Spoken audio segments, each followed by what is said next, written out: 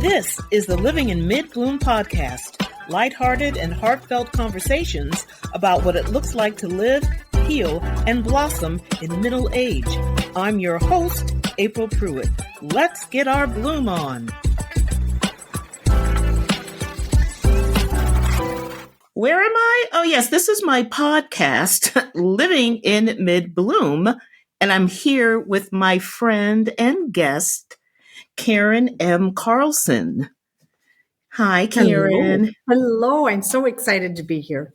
I'm excited too. It's twofold because one, I have so many friends that have adult children. I've always wondered how they deal. And of course, they share stories with me. And I can't imagine how hard it is. Every child is different. But you had this book that came out earlier this year, Peacefully Parenting Adult Children. Now, peaceful and parenting seems like an oxymoron, but I'm sure you'll clear up some things for me. I will do my best. And before I forget, there will be a giveaway of a copy of her book. If you guys want to respond and let me know your thoughts, and I will add you in and we'll pick a winner and I'll let everybody know. So yay, winners. Yay. So where to start? You had done an interview with, and what was the guy's name? Logan Crawford. Right. Yeah, you did a great interview, and it was on Spotlight TV. Mm-hmm. And you guys, and I know it was through Atticus Publishing. That's right. What you went through. So, and I know he had asked you, what made you decide to do this, but I've got to believe that you have three grown, I want to say boys, but men. I have three grown sons. Oh yeah, sons. Yeah. And I can't imagine what that was like, but let's just start off with what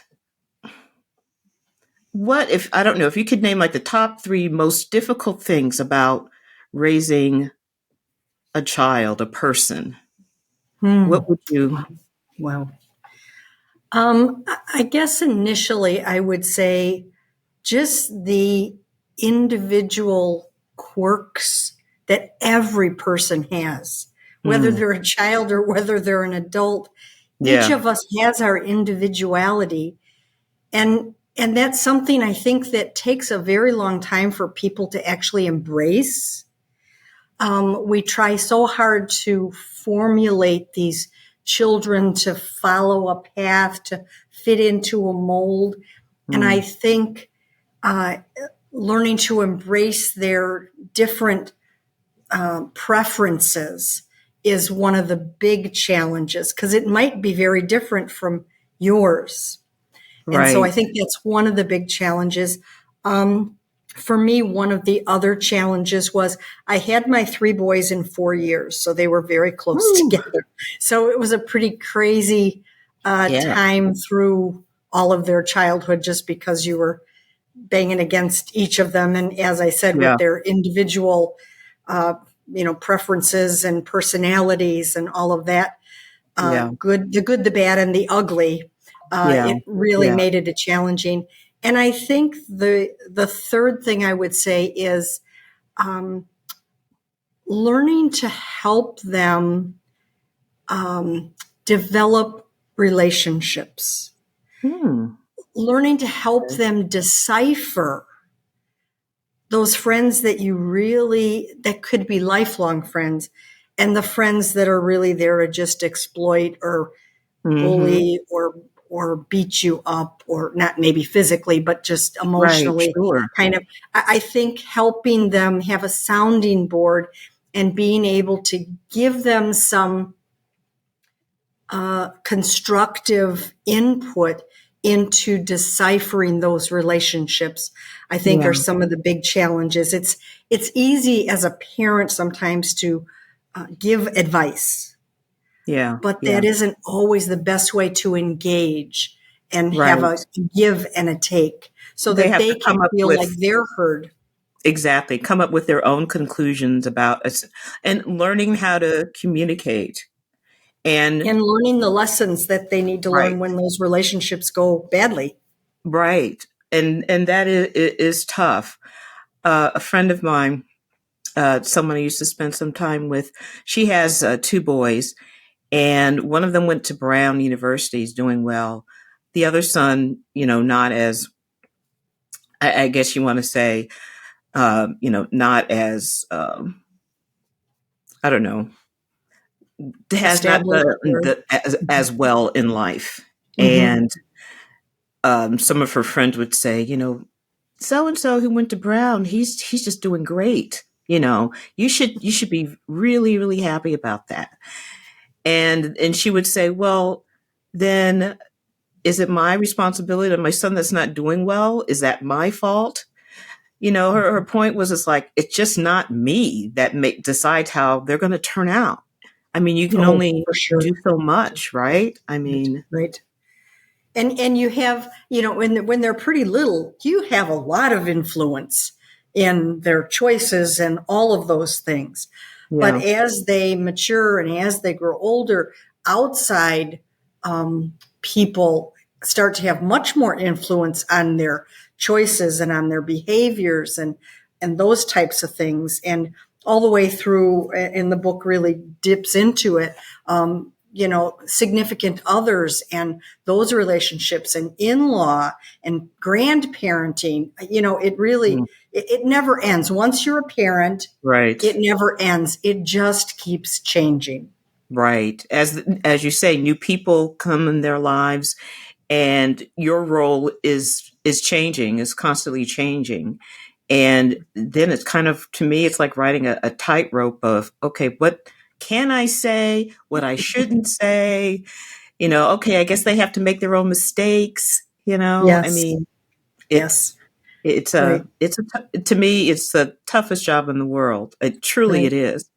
Right. So, in just kind of reviewing your book, and I know you start out with empty nesters, and Mm-hmm. having your kids really as the center of your life, because it's a huge responsibility to take care of these kids, and as they start going their own way, did you have any issues with them pushing anybody out of the nest, or someone you were thinking he was getting involved in something too soon, or There's always a bit of that.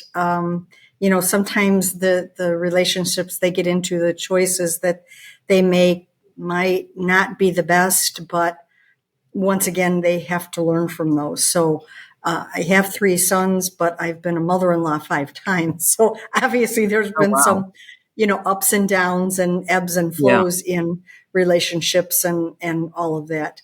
So it really, one of the things that was so important to me when I was, crafting the title of this book, which was very challenging, was the word peacefully. Like you say, mm, it seems like opposing kind of concepts when you talk about yeah, peacefully and you think about parenting. Those yeah, two don't seem to always go together.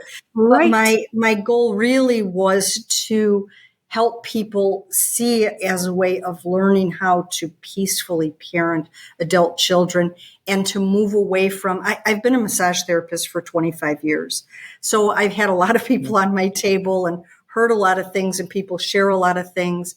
And so, part of that is my own story, as well as all those people that are sure, family, friends, clients, all the people that kind of cross paths, is learning how to do better at not having it be a war of wills, not having it be my way or the highway, and learning to move away from the idea of control. And it took me a really yeah, long time to release that um, desire to control. And I yeah, actually just recently had said to one of my sons or whatever, well, I probably could have done a little bit better, this and that. And he goes, you did the best you can. It was like, and that was a really good affirmation for me to hear. It's like, yeah, okay, you're not trying to beat me up. Yes, nobody's perfect. I wasn't a perfect parent. Oh right. boy, let me tell you.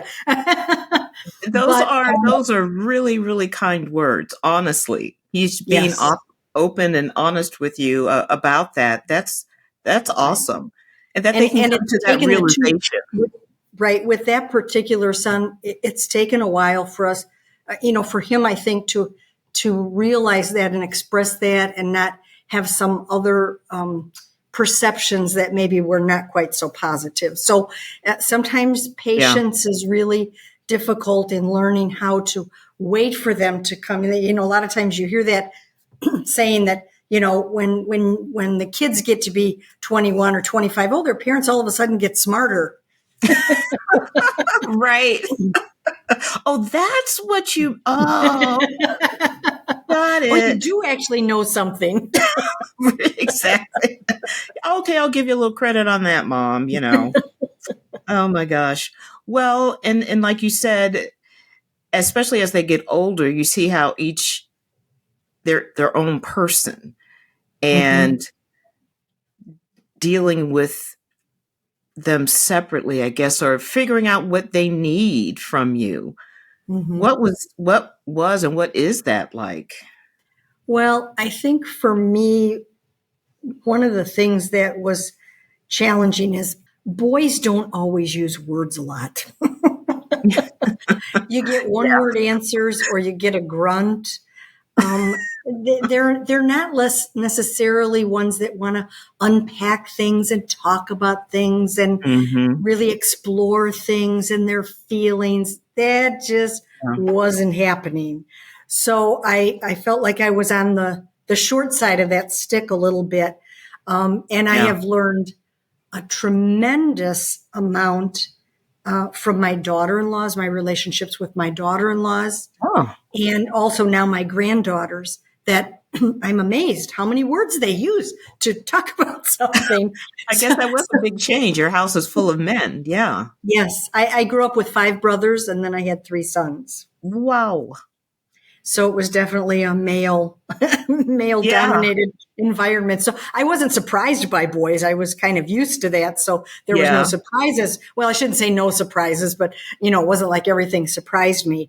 But Yeah. I think that was, at least with boys, it was, and so maybe that's something that I could have done better at, kind of priming them in their earlier years to use words to express their feelings, and let that kind of mature along with them, so that it isn't something that, well, now you're this age, so you should be sharing things with me, if that But makes sense. right. But then you don't know if is that just them or Right. instead of maybe trying to push them to be something that they're not. I think to me that is the difficulty in having these different personalities and really not knowing them. They're learning themselves and you're learning who they are too. So, Absolutely. yeah. Absolutely. And like we said before, the outside influence makes such a difference as well. Oh, And yeah. when they get into relationships with their significant others, whether it's temporary or whether it's long term, like I said, those people have much more influence and impact on their decision making than you do anymore. Yeah. And being able to navigate that without it feeling like a struggle, without just understanding, kind of the title of the book is Navigating Shifting Dynamics. It's Right. understanding that those dynamics are very can be very volatile, Right. and So, learning to work with it. how soon did they leave your home? And then did they ever end up coming back and then leaving and A little bit of both. Um, the oldest one didn't leave home until he got married, and how old was he when he got married? he was 22 when he got married, Okay, so so he he was was young. Okay. on the young side. The second one, he did not move out until he got married. So my boys did not go away to college. So Okay. that's a whole nother Mhm. um, kind of phase of Right. parenting that was different for me. They went to local and they went into, the trades. Our oldest is a mechanic. So Mm-hmm. He was always taking things apart, putting them back together. and and the second one, he got married. He was 25, Okay. and then the third one didn't get married till later, but he went into the Air Force at 24. Oh, okay. So, Okay. but before he went into the Air Force, he had moved out, moved in with some friends, and then things didn't go so well. And he Mm-hmm. came back after he had enlisted until he actually went for his boot camp or whatever. So, a little bit of this, a little bit of that. So your son that was in the military, did he tell you guys, or did he ask your opinion about it, or how did that We work? didn't know anything. Well, I shouldn't say that. When he was 18, he was thinking about the Marines. Oh, wow. And once they get your name, they push pretty hard. And they just pushed a little too hard. And he finally said, "You lose. I'm not enlisting." Yeah. And so then it was, like I said, like 6 years later. And one day he just said, "I enlisted in the Air Force." I mean, he had not talked to us at all. Wow. So that was kind of a surprise. And then he thought he was going to go right away, and he actually didn't go for like 7 months. And so that was when he moved back home while he was waiting to go. Okay. So yeah, yeah, Interesting. Wow. yeah. Well, and so I know I left for college, came back, and then I left again to move to another city to be with a boyfriend who, those hmm relationships never last. hmm hmm But yeah, that's interesting, that kind of time of life. Did you notice, so when they were getting married, or as they were getting married, did you see any big changes in their personalities once they started these relationships? I know you said they were huge communicators, but I just hmm wondered if they shared any thoughts about this person, that's coming into their life. I think I would say that they left it more to me to kind of establish that relationship, have conversations with them, get to know them, ask questions. They didn't necessarily share, except maybe some basic, what their home environment was or what their family dynamic was, siblings, Hmm. parents, divorced, married, whatever that might be, maybe a little bit of that information, but not really so much about their relationship with that person. Okay. Yeah, Okay. yeah, yeah. They were kind of close to the vest about that, and sometimes there's opinions you might have about that, and Yeah. it's really tricky because they've sort of made up their mind that this person is who they're choosing, and so even if you try to just raise like, are you sure? And it gets back and it gets twisted and it gets misconstrued and it gets ugly. So Oh it's gosh. tricky. It's a tricky wicket, sticky Well, wicket. yeah. I can imagine, because you've got this, new person and you don't know them at all. Right. And then how are they affecting your relationship with your son for the hmm better, or Right. is there a jealousy factor, or and that's tough. And then you kind of see how your kid basically handles those situations. And for our son that was in the Air Force, he was in Germany for 3.5 years and met his wife over there. She was Oh, in the Air wow. Force also. And we didn't meet her till the day they got married. They Wow. flew back to the United States to get married, and we did not meet her until they were getting married. Wow. And then did they go back to Germany? Yes, Or- yes, yeah. Wow. How long were they in the States? It might have been a week.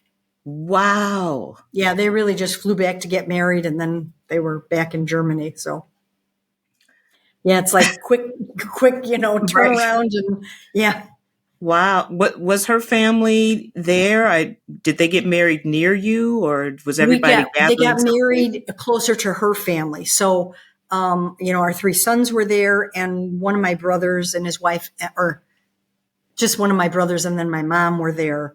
And then they actually flew back to closer to where we live, and we had a reception at our house and a Oh, okay. celebration at our house for family to be able to congratulate them and stuff. So it was a crazy time.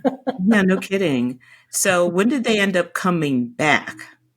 Because you're not uh, really developing any kind of relationship at right. all. Well, they came back. Her tour, their tour was over, and they came back probably about 9 months later. Okay. And but then they were 850 miles from us, so they weren't near Okay. us then. Really, for Yeah. 13 years. Only now we're actually closer to them than we were. So it's Yeah. communication is really learning communication styles, and in the book it really, I like to say that communication is really the thread that is woven throughout the book, because I think Yeah. communications really is what it either binds us together or divides us. It's It everything. really is such an important piece. So learning, over the phone, it's hard, communicating Mhm. really about personal things, kind of about feelings or about family or about, some of those things just don't convey well over the Mhm. phone, let alone, and that's one of the other things in the book. We talk about different kind of generational gap. And part of that is communicating is, there's so many, I mean, it's like now they just text. They don't even pick up the phone, Right. let alone be in person. And Right. so You're do right. you misinterpret a text? Is Oh something my come gosh. across kind of snarky, or maybe that's not the way it was meant, but that's how you perceive Yeah. it?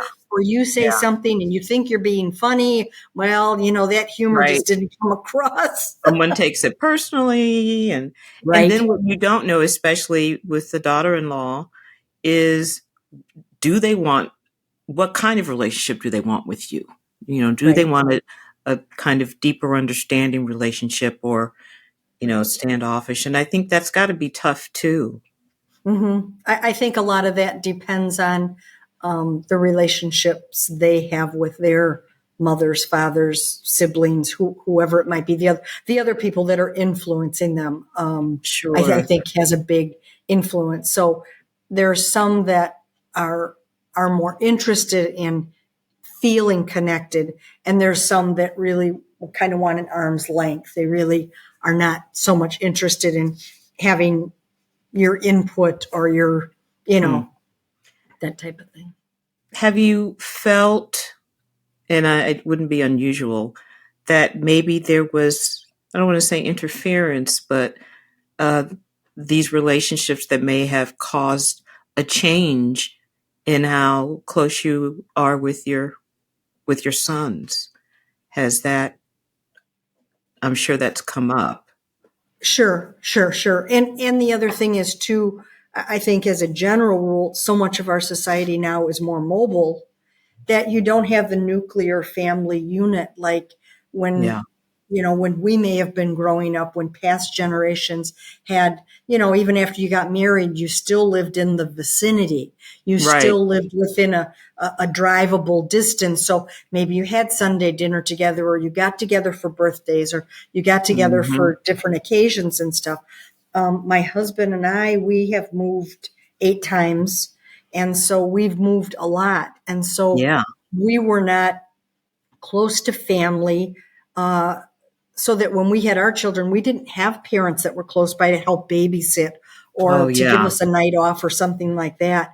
So Yeah. that was very different for us than it was like for my siblings, who my brothers all kind of stayed close to home. I was the one who drifted far and You far left. and far and farther and then back again. So, Yeah. I was very close with my mom, but as far as, with my daughter-in-laws and things like that, um, they they were most they were more closely linked to, their moms, of course. And I had a Yeah. conversation recently about kind of in-law. I had my Hmm. first granddaughter get married. Right. Hard to That's believe. right. Hard to believe. And I shared something with her, not because I have any answers, but I have some experience and have some perspective. Of course. And part of that was I had said to her that, I've been a daughter-in-law, and I understand that sometimes that's not the easiest relationship. Part of that is because our society, unfortunately, mother-in-law has become sort of a bad word. It has a bad Right. reputation. I say mother-in-laws get a bad rap. We do get a bad rap. Yes. It's like there's an expectation that it's going to be a problematic relationship. Right. They're here to take over and to keep control Butting of. in. So I Yeah. said, I've been a daughter-in-law, and I feel like I had a pretty good relationship with my mother-in-law. I said, but I've also been a mother-in-law 5 times. Yeah. So I just kind of shared something, and I really have said it really was kind of an inspired moment. It's not like any brilliance here or something, but what I said to my granddaughter was, that woman who is now your mother-in-law Mm-hmm. has poured everything into this man from before he was even born, and has helped to form a man you love so much that you want to marry him. Wow. And I just, Wow. I'm just grateful kind of for that inspiration, because it Yeah. really was something. And I just said, just remember that when you might get a little irritated or feel like you got a little burr, just Mm-hmm. remember she's coming from a good place, and Right. try to create the relationship you want to have with her. Yeah. You have Yeah. a separate relationship with her than her son has with her. And so learn how to develop that relationship, and don't jump to being angry or irritated or, ticked off about things, Right. because she only wants the best for her son and his wife. Right. So it was, And it's out of love. It's out of love. And I'm right, sure fear, because you want him to be happy. right, She knows that there's only so much that she can do once this happens. And right, right. just like you praying that, I hope this is the best thing for both of them. I hope that, Exactly. they will Exactly. both work hard at loving each other and being kind to each other, and Right. then having, the families mesh and hoping that works, because that's the other huge piece of it. Right. You want that relationship, as well as each of them within it, to flourish. Yeah. You Yeah. know, it's kind of remembering that no matter if it's us or anyone else, none of us are static. None of us ever stays the same. And Right. so being able to accept that ebb and flow and give and take and growth, it can be challenging, and it's not always pretty. It's, Yeah. sometimes when we Yeah. learn things, you misstep, you say something wrong, you try to maybe exert a little independence, and you say something or Hmm. do something that then backfires a little bit. So it's important to give yourself grace, but to give Yes. others grace as well, because we're all learning to navigate these waters that we're not familiar with. Even if you have other Yeah. children who might be married, every relationship is different. Right. And our I don't know if I would say our fear, but part of what, as a parent, is like, we only want for them to be happy. I had a daughter-in-law at one time, and her and my son were splitting up, and I took her out to lunch, and I said to her, Wow. I said, the only thing that we want is for both of you to be happy. And if that's not together, then so be it. And the ironic part about that is, that they got back together at one point. It didn't last a long time, but they did get back together. And Wow. I thought to myself, if I had been really spiteful and nasty, that would have made things Yeah. horribly Right. complex and That was awkward. huge, Karen.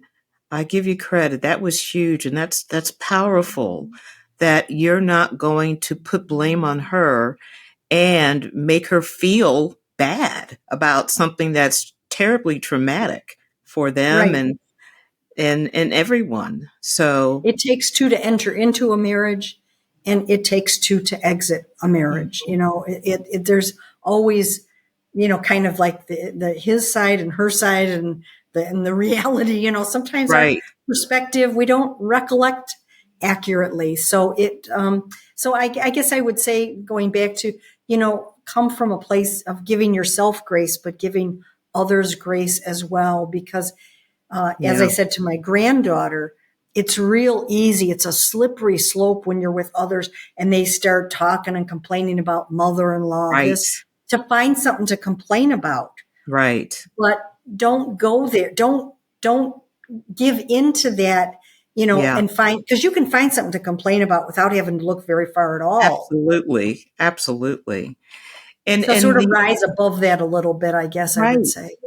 Well, and when your family is healthier, and your granddaughter having you being able to share that with her, that what you didn't say was, well, look, you just make sure you take care of yourself, and if you have any issues, you let me. It's like you can't come to something with love, with Mm-hmm.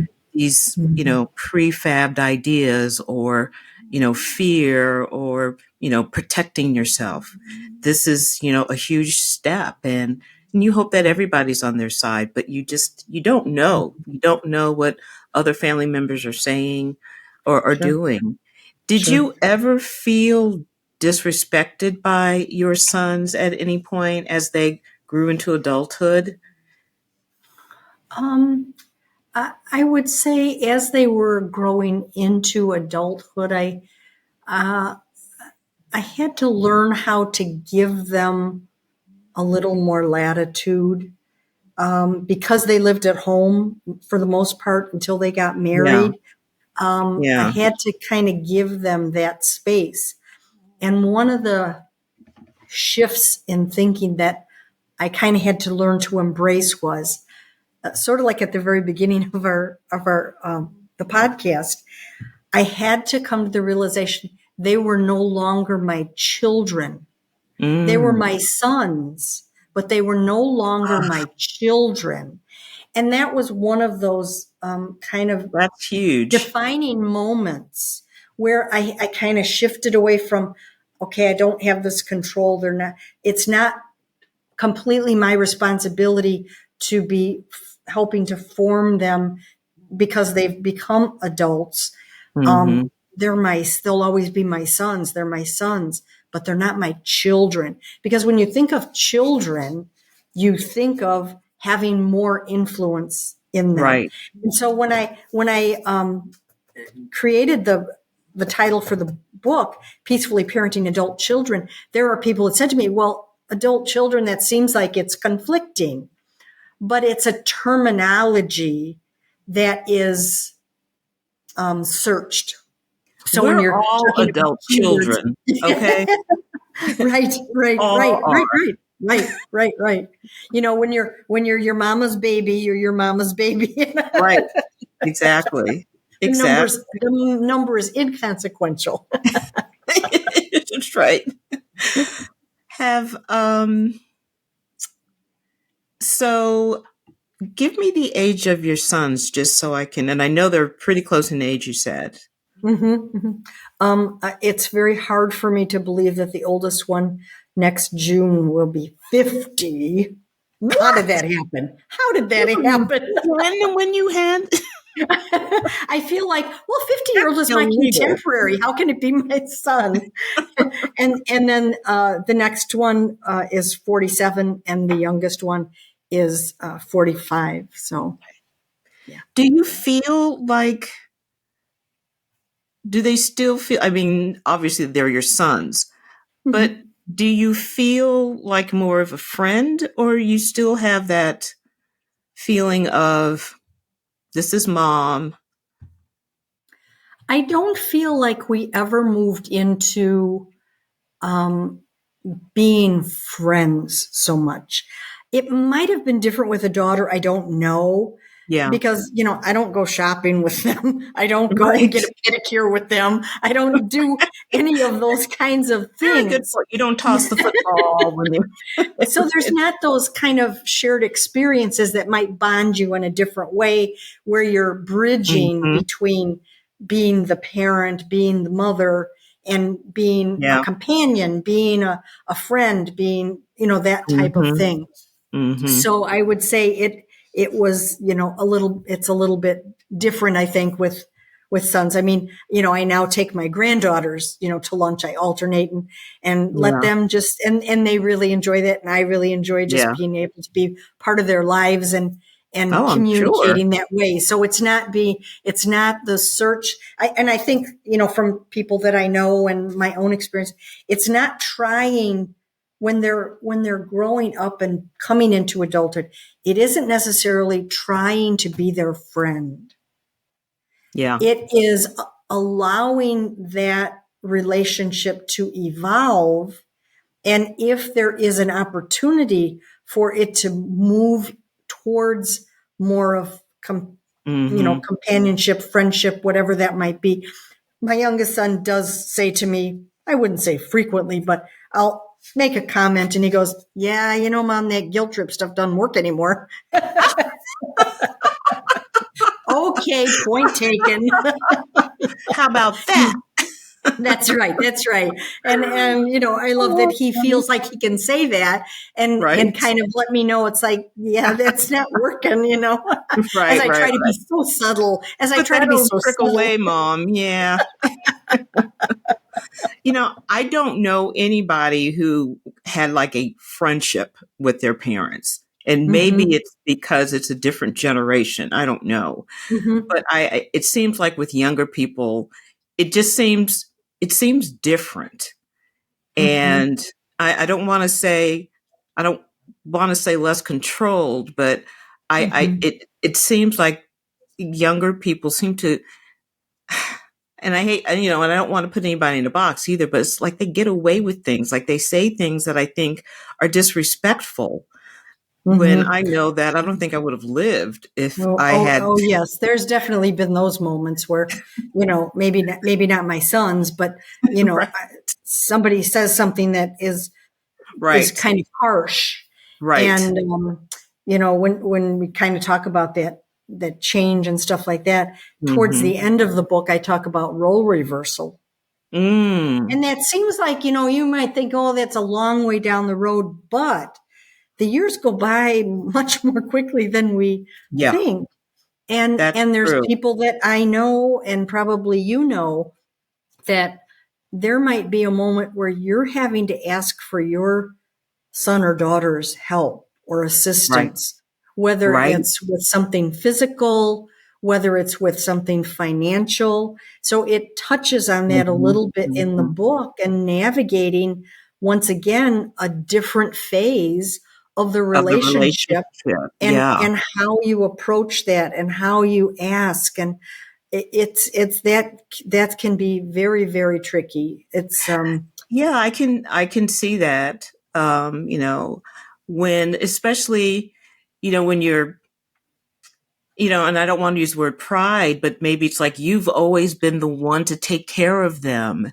mhm. And now you may be in a position where you need something from them.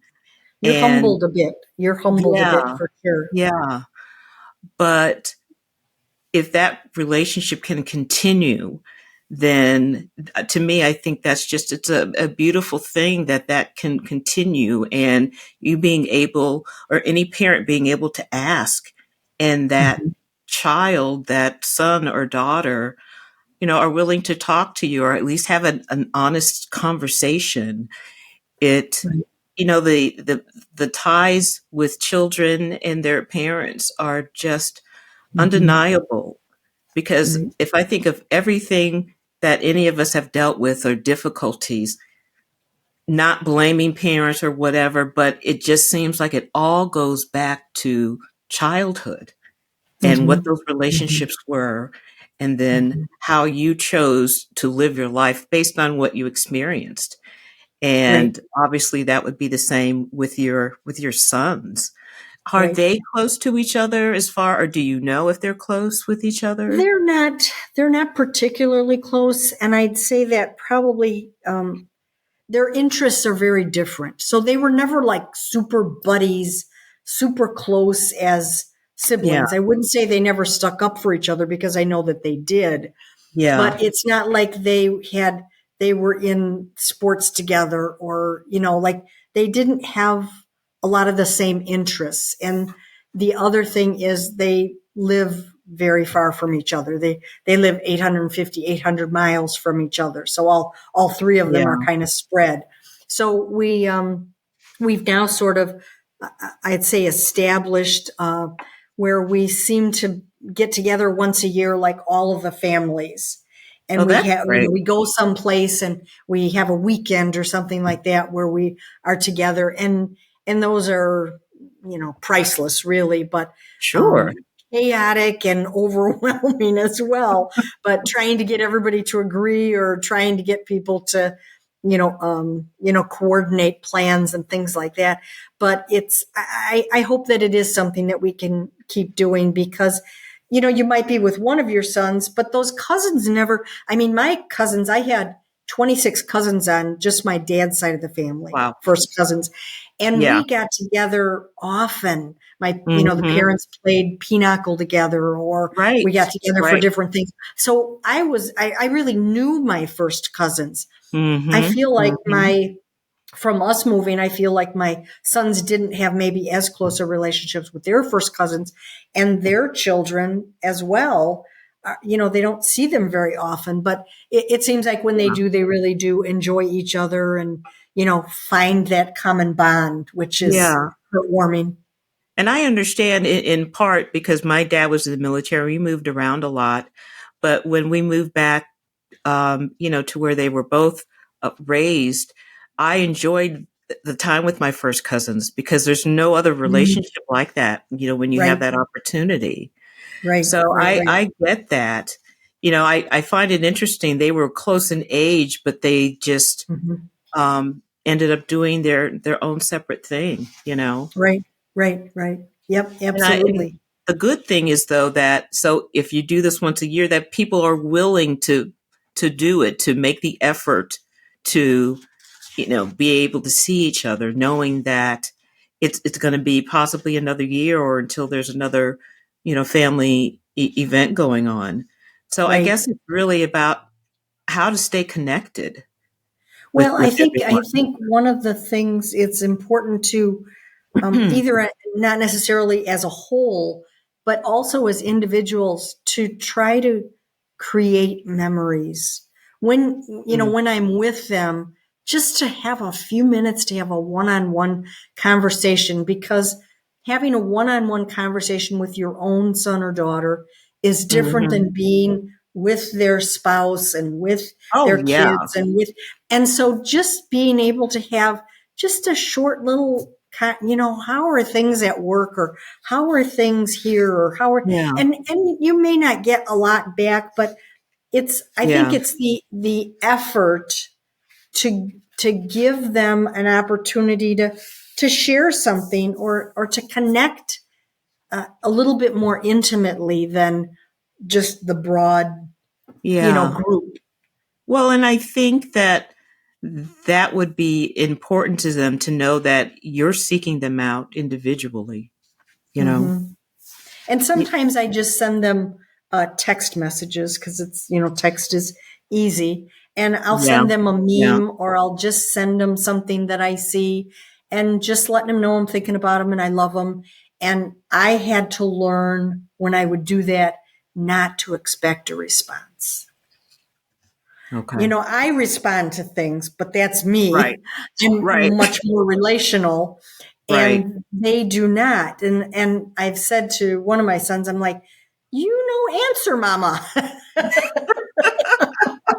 And he's like, well, you usually send them and I'm at work and I'm busy. And I said, I know. And, it's kind of It like takes so you're much looking, time. What is it, 10, 15 seconds? God, mom, I don't have that kind of time. I'm looking kind of for that affirmation. And I guess that's the other piece of it, is my husband's saying that he says often is, you give the gift freely. And it isn't just a Yeah. gift, but Right. when you're sending that, don't send it because you're waiting for the reply that says, "Oh, I Right. love you too, Mom, and you're the greatest." And what, don't don't have that expectation. Strings Just attached. just send it because you really just want to send that sentiment, whatever that might be, or whether But it's a funny meme. But I also can let them know it's like, well, I do pay attention if you answer me back. well, it's human nature, though, especially as a mom. I mean, I think it's just a matter of I want to hear him say, I just want it. It's not Mhm. about pushing him to do something. It's trying It's not to just, be needy. yeah. It's being, I guess I would say Oh, it's being hopeful, but not being desperately needy. right. It's not like 5 minutes later you're like, "Hello, did you get my text? Did you get my text?" Oh my gosh. Oh my Yeah. gosh. Yeah. What? Um. So the kid thing, forever and ever. Mhm. What about being a grandparent? How are you loving that? Oh, well, I have 8 grandchildren that What? range from 24 to 7. Wow. And 24-year-old who just got married. no, actually, the 23-year-old got married. Her older Oh, brother is not married yet. So oh, maybe okay, happening sometime soon, but gotcha. Okay, okay. and it's been great. It's been challenging because most of my grandchildren have lived far away from me, so I've Mm, not been able to have that interpersonal kind of. My son that lived close for most of the years until we moved about a year and a half ago, he had 3 boys. So more boys. I know oh, what to do with yeah, them. But yeah. I was able to help take care of them and get them off to school and have them for sleepovers and, Oh, create. And that has just been wonderful. And I have, volumes of yeah, great memories and stuff like that. And now where we are, I have 2 of my granddaughters that are close by. So like I said, I take them to lunch and spend time with them. And so it's been, even though they're a little bit older, I still yeah. am grateful that I have that opportunity to spend more Hmm. time, kind of one-on-one time with them. So Yeah, I had one of my grandsons say recently, because I still go back up to do some work as a massage therapist or whatever. And he says, sometimes I think we see you more now, which is funny, which is yeah. funny, because we were really Right. close to them. But, sometimes when you're close, you take that for granted. Yeah, yeah. When You the make a good distance is point. close, you don't make the time. They're Hmm. much more kind of spits and spurts. Where Hmm. now when I go up there and I'm up there for several days or something working, Yeah. my daughter-in-law is great about always making sure that I pick the night that works for me and go over there for dinner and have an evening with them, and maybe Oh, we that's play some great. games and things like that. And so it's great to be able to have that.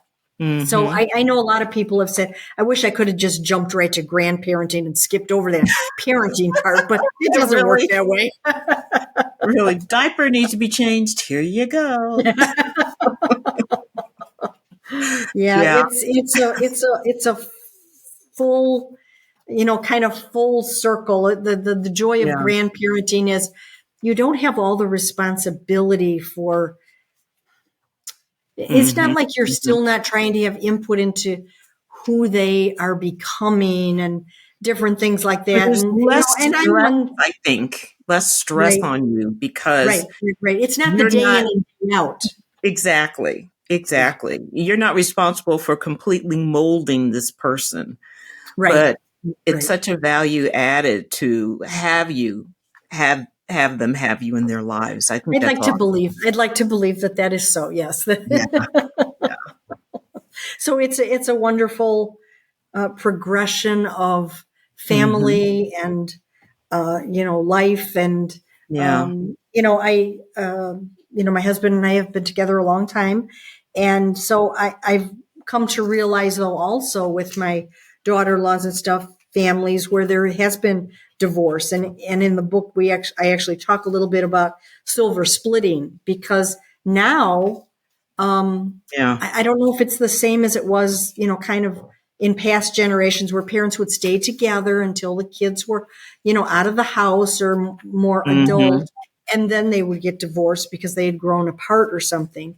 And Right. so we touch on that a little bit in the book, but it definitely compounds relationships and holidays and planning and all of that, because you True. don't have just two sets of parents, you have three sets of parents or four sets of parents.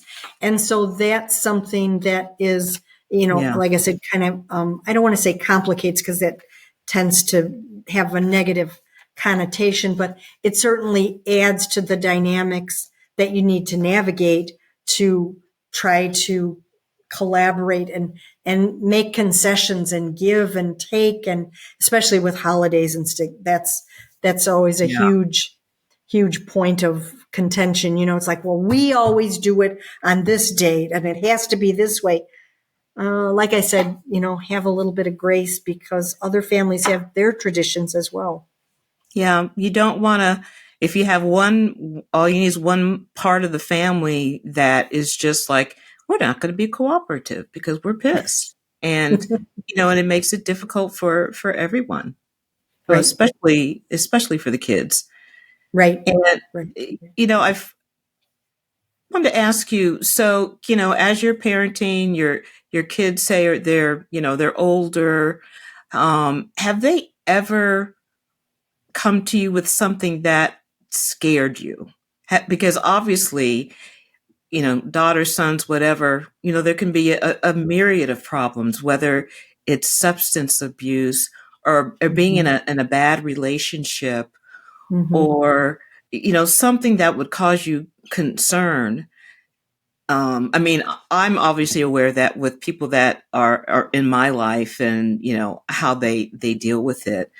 Is there any advice? I know you mentioned that, and you go over that in your book about Mm-hmm. those kind of difficulties. How do you help them without, I guess, not being a helicopter parent, but, what is your role in those situations?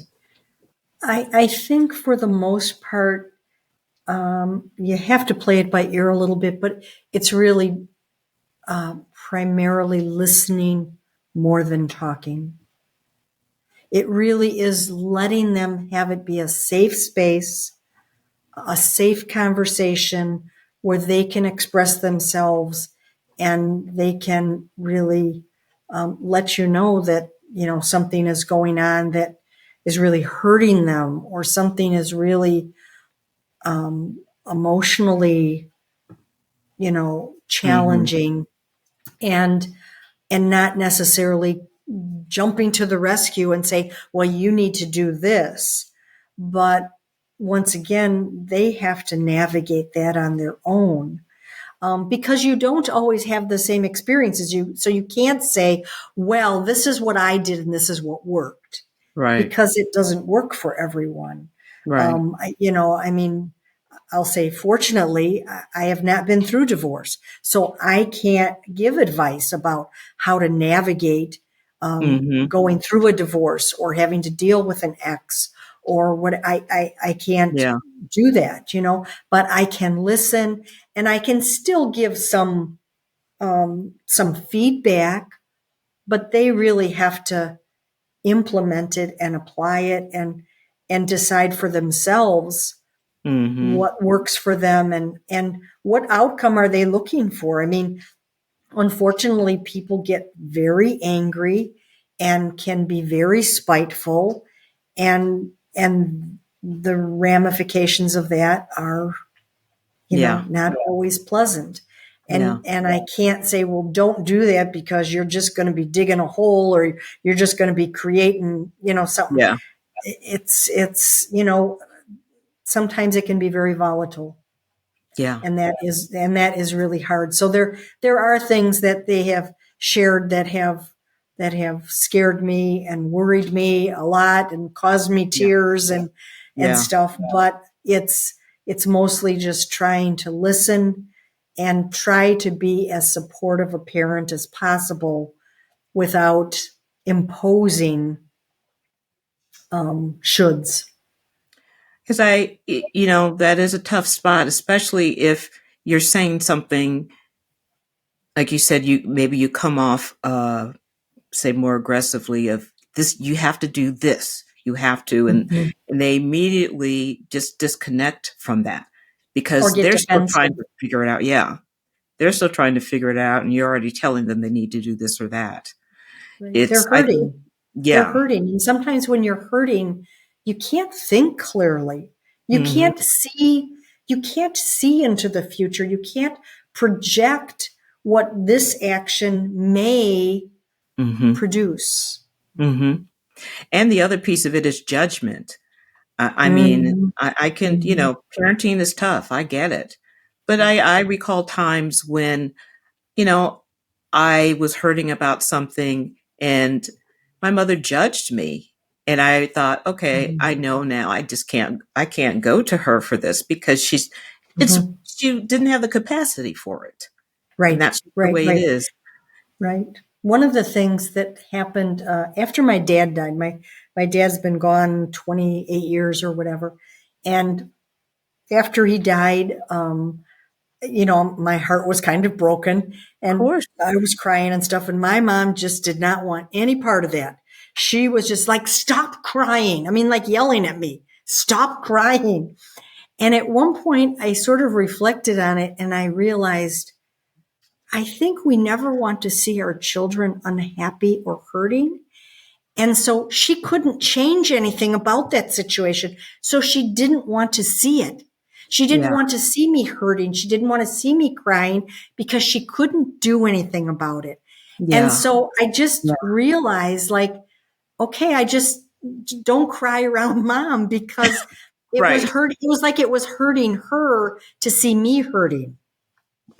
Well, and that's a tough thing. One, you're in a space where you can't even figure out what someone else is going through, let alone yourself.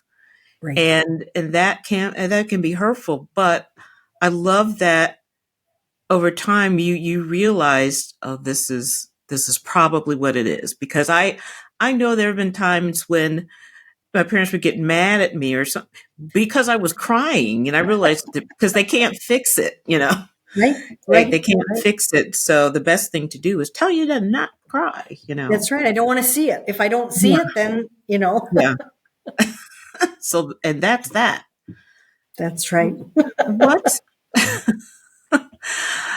So the whole parenting thing, like I said, to me, it's got to be the toughest job in the world because you are this person that you're responsible for this life, and you have to handle each life.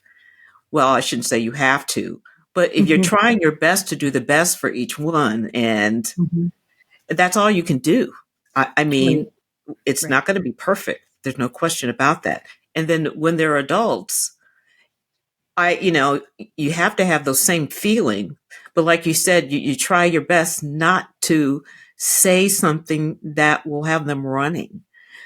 But that's Mhm. just got to be so hard. And taking from this book, and I just want to read the title again: Peacefully Parenting Adult Children, Minimize Struggles, Navigate Shifting Dynamics, and Build Strong and Resilient Relationships. And by Karen M. Carlson. And Karen, I'm telling you, all of that, just like every relationship, takes work. Mhm. You don't Right. get to sit back on your laurels in any relationship that matters to you. It's not And on, nothing is automatic. no, no.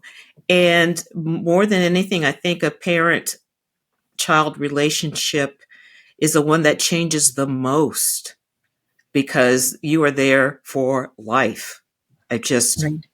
I was watching something on TV the other day, and the mother was a dentist, and he was in dental school, and he was just there to follow her and learn things. So and the mom was like, we have to be professional. So at one point he's like, "Oh, mommy, where are the gloves?" She's like, "I'm Dr. Smith." I mean, "Oh, right, right, right, Dr. Smith." And the patient's like, it's just like, forever mommy, Yes. forever Yep. mommy. Yep. Yeah, the So, role, when you know them from day one, whether right, they come into your life as an adopted child or right, adopted youth or right, whatever they might be, right. there is a day one. There's It's always a a day new one where love in your life. they are Yeah, your responsibility. Right. yeah, yeah. If there were, and there are a lot of gems in your book, starting from empty nest and struggling with missing them and having your own life and making those major changes, and then your kids going through these monumental relationships in their life and people kind of being kind of forward in their lives and less of you in their lives. And then the next generation of grandchildren and developing those special relationships. Tell me, what are you most proud of about this book? Because again, you go through so many different avenues and changes, and you do it in a way that is it's kind of non-confrontational. It's really just a matter of communicating and Hmm. and being calm. And I guess that Right. leads to the title Peacefully. Right. Right. Right. It's sometimes, despite your best efforts, I do talk a little bit in there about estrangement, and I think that even if it's not a permanent estrangement, I think there are still phases where that distance feels a bit like you're really estranged from this son or daughter that you thought you knew so well or you thought you were so close to. Mm, And I think that yeah. it goes back to having grace and not trying not to dwell on the hurt, but reaching out periodically, not being a nuisance, but just letting them know that you still want to be a part of their life. And sometimes, despite your best efforts, it doesn't come out the way that you Yeah. want it to, Yeah. and that's where I think there really is an importance of having someone you can talk to, someone you can process with, whether it's a counselor or a therapist or something that can be somewhat objective, because Hmm. you can't be objective in this Yeah. situation or whatever. Yeah. There's too many emotions, there's too much history, there's too much of all of that to just Hmm. be black and white. And I think Right. sometimes that's a problem when people see it as black and white. It's either on or off, good or bad. There's a lot of gray. There's more Yeah. gray than anything else. Yeah. So it's not expecting to have those moments, but like I like to say, the ebb and the flow, really Hmm. the moving towards and moving away, you know, becoming an adult as our young people are becoming adults. It isn't always pretty. It isn't always done well. Yeah. But then being able to move back and being able to come back and have that grace and have that um, Hmm. Hmm. perspective, I guess I would say, that Yeah. you are my child. You are my child, and I love you. And that doesn't mean that they're always right. You can't always take their side because they're not always right. I guess that's one of the funny things when I'll say something about one of my sons, maybe to my daughter-in-law, and it doesn't sound like something that you'd expect a mom, but I can be objective too. Yeah. When Yeah. they're not behaving Right. well or they're not doing something that, in my opinion, Right. it's always a matter of your But perspective. that's So, being honest. mhm, You're not going to say, yeah, he did that crappy thing, but I don't care. He's perfect. As that's right, just not. Um, And not expecting like the in-laws to call you mom or call you dad or whatever. It's like, I always is Yeah. like, I don't expect you to call me mom. You have your mother, have your Right. father or whatever, call me by my first name or whatever. And, there's so many different things that help to Yeah. create a relationship that can thrive and Yes. survive Yeah. those ups and downs. And Yeah. then there's times when we don't do it so pretty and we don't do Right. it so well. Well, and allowing people the opportunity to be themselves, not demanding, Mm-hmm. well, now you're going to have to call me this, or now you're going to, well, we always did things this way. And when you make demands on, the new family members, you're making demands that they don't want to do. That's already setting you up for issues and problems. So, Mm-hmm. Mm-hmm. yeah. Right. Yeah. Right. Hopefully they're in the relationship for the long haul. And so keeping that vision of the long-term relationship. So Mm-hmm. today's disagreements or today's hiccups, Yeah. how is that going to reflect in a year, in 2 years, in 5 years, in 10 years? Does it become something that they're always coming back to go, oh, well, yeah, she this or he this, or, Right. does it become one of those defining moments, not in a positive way? Right. Right. No, that's a very good point. So, well, Karen, this has been a delightful conversation, and I'm so proud of you. Like, you've been a great friend, and I highly recommend this book. And remember, people, that there will be a giveaway of this book. Just reach out to me, and then we'll figure out who wins. So. Yay! So, yay.